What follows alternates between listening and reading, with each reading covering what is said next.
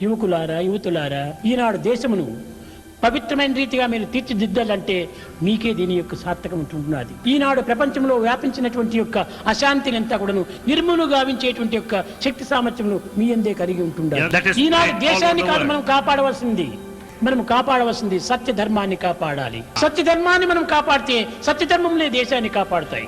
కనుక సత్య ధర్మంను కాపాడేటువంటి శక్తి సామర్థ్యములు ఈ యువతి యువకులు ఎందే ఉంటుండాలి. It was time, Swami.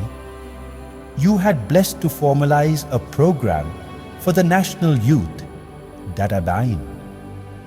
I, to we, to he, through tell, do and be. Vahinis, Mahavakyas and many more literature to impart, to guide all to instinctively realize and seat you more firmly in our hearts.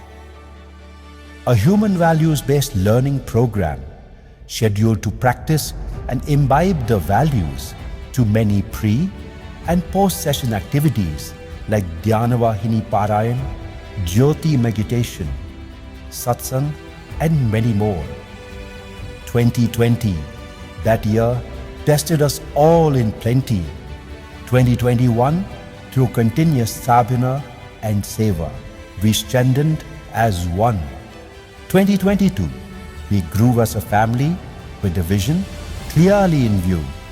2023, we strengthened each step on our transformative journey, deepening our commitment to inner purity for a holistic harmony. 2024, we promise to elevate our spirits in unison, channeling our inner peace towards global healing as we cultivate a harmonious earth.